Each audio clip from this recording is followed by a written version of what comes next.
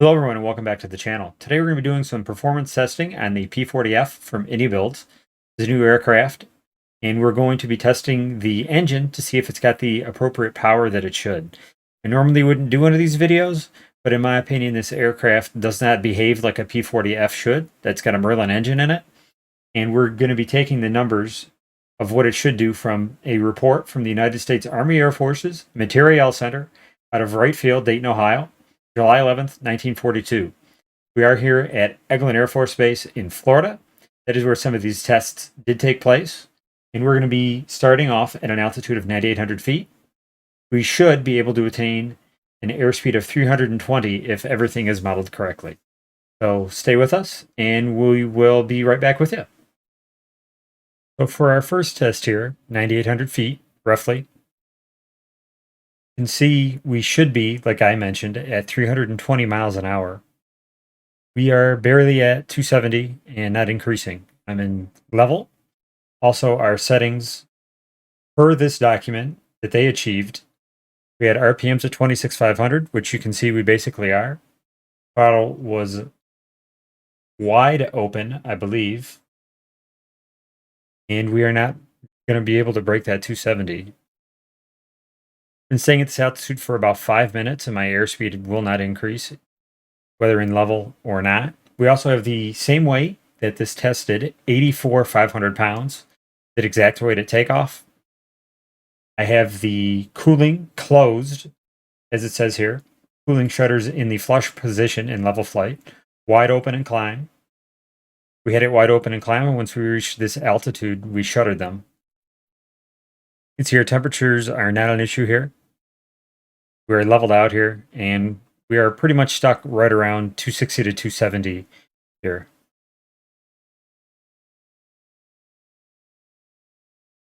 And not going any faster.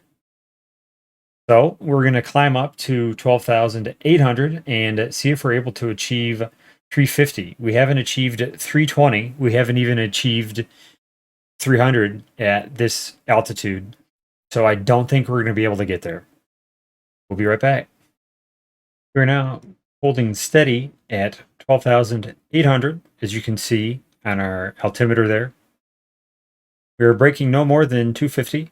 Our cowl flaps are closed again. And we have the RPMs at 3,000 as the tested. According to the test, we should be making 1,240 brake horsepower right now. Our throttle is wide open. Our temperatures are still in the green there. And 250 is pretty much all we got. Even if I put it in a bit of a shallow dive, it really doesn't gain any more airspeed. So 12,800 is a bust as well. We should be going 350 and a half. So we're going to continue the test, take her up to 16,700, and see what we get from there. We'll be back in another minute. We are now here at roughly 16,700 feet. We have our RPMs actually way far forward of where we should. Our RPM should be at 26.5 to achieve 336 miles an hour. You can see our manifold pressure has now gone up to 65.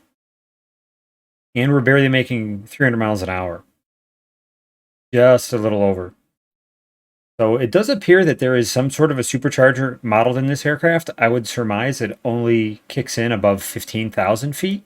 But even then, our airspeed is not where it should. I'm actually going to run this test again. I'm going to scale it back to 26.5. Our RPM should be at 26.5, and we'll be right back with you. So we are back at 16.7 with 2650 RPMs, and you can see our airspeed has basically remained the same. So no difference there. It is pretty clear that there is a supercharger, I'm guessing above 15,000 feet in this aircraft, but at 16.7 we should be able to achieve 336 and a half, and we are not. We have one more test to do. We want to get to 19,270, which is very precise. We're going to go up to 19,000. We'll go a little bit over it to mimic that. And we should be able to achieve 364 and a half miles an hour at 3,000 RPMs, and that should generate 1,100 brake horsepower. Be right back. But for our final test, we're roughly at 19,270. Our blower would be in the high setting if there were two settings to it, but as you can see, our manifold pressure has dropped significantly from where it was at the last test at 16.7. RPMs are at 3,000 per the testing document, and we should be achieving an airspeed of 364.5. We are just short of 300. I've been at this altitude for a couple of minutes now, and we've been pinned right about 295, that looks like to me, and it will not go any faster. So the conclusion of this test, I guess to sum everything up, the power in this aircraft is nowhere near the power of what a P-40F would have given a proper wartime configuration. Now, if you go back and look at other aircraft, even all the way back to the P-40B, which was not great at altitude, the speeds that would achieve were greater than what this would be achieving at this altitude. The maximum airspeed of a P-40B at 15,000 feet was 352 miles an hour. At 5,000 feet was 319 miles an hour. And at 15,000 feet, high speed with 2,600 RPM was 331. The first number I mentioned at 15,000 was at 3,000 RPM. All of those figures are faster than this. Additionally, speed at 5,000 feet would be 307 in the P-40B.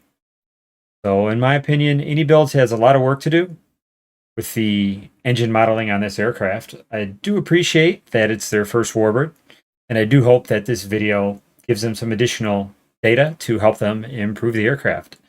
Thank you for joining me, guys, and you guys have a good day.